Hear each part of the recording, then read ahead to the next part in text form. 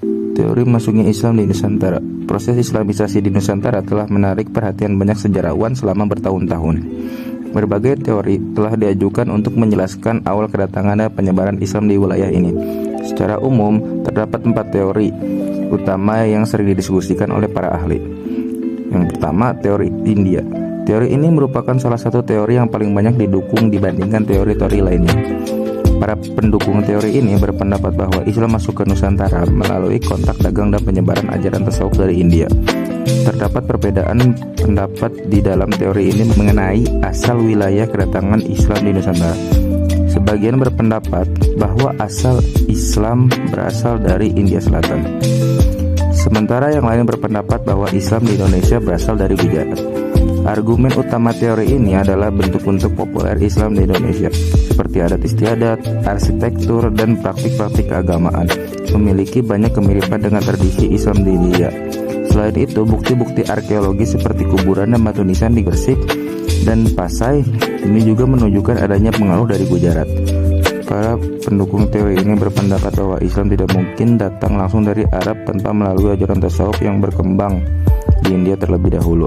Mereka meyakini bahwa penyebaran ajaran Sufi dari India memainkan peran penting dalam proses Islamisasi di Nusantara.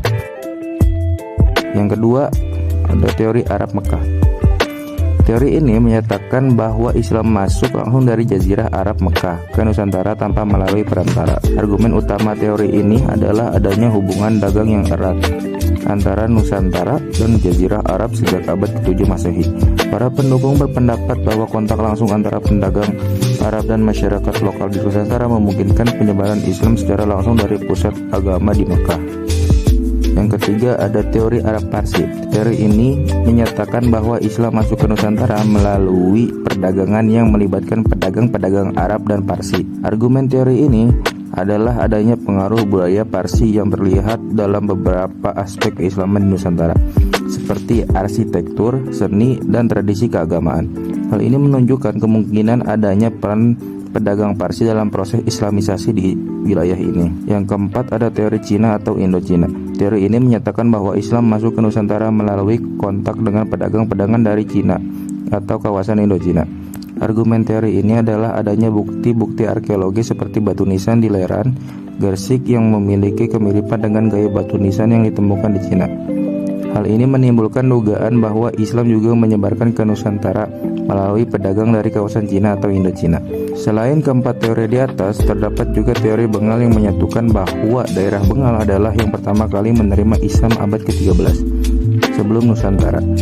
Para pendukung teori ini mengkritik teori Gujarat dan berpendapat bahwa Islam lebih dulu menyebar ke wilayah Bengal sebelum masuk ke Nusantara.